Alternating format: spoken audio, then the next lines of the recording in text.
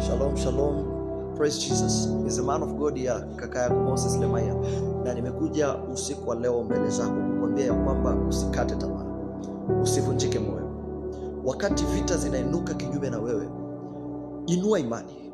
Jitie nguvu. Biblia inasema vaa silaha za imani. Maana vita vyetu si juu ya damu na nyama, bali ni juu ya falme na mamlaka na jeshi la pepo wabaya. Inua imani. Kaa kwenye maombi na uamini Mungu atatenda na Mungu atakusaidia. Wakati utafuata the process of being lifted, wakati utafuata the process of faith, Mungu atakupatia ushindi na utashinda. Na wakati kila vita itakapoinuka, utakuwa una walk over, utakuwa una walk over, utakuwa una walk over. Usishindane na mtu yeyote. Inua imani. Mungu atakutetea, Mungu atakusaidia, Mungu atakuheshimisha machoni pa hao adui wanaokutazama. Mungu atakuheshimisha machoni pa hao watesi wanaokutesa. Mungu atakuheshimisha machoni pa hayo madeni. Mungu atakiwango ambacho madeni itakuwa chini na Mungu atakuweka juu katika jina la Yesu. Ninakuombea usiku wa leo saa hii na majira haya dakika hii, nikiwa ndani ya nyumba ya Mungu na juu ya madhabahu, na kutamkia ushindi na baraka.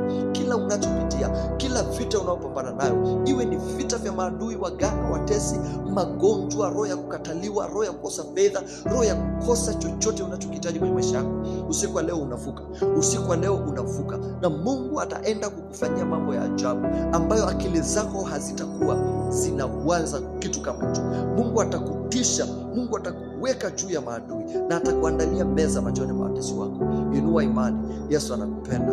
Na kama hujampokea Yesu, sema: Baba, ninakuja mbele zako wakati huu na majira haya. Nimetubu na kunyenyekea na kurudi miguuni pako. Kila dhambi na makosa napingana nayo. Ninarudi na mkataa shetani na mambo yake yote.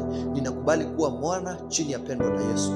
Na jioni ya leo ninakupokea Yesu, uwe Bwana na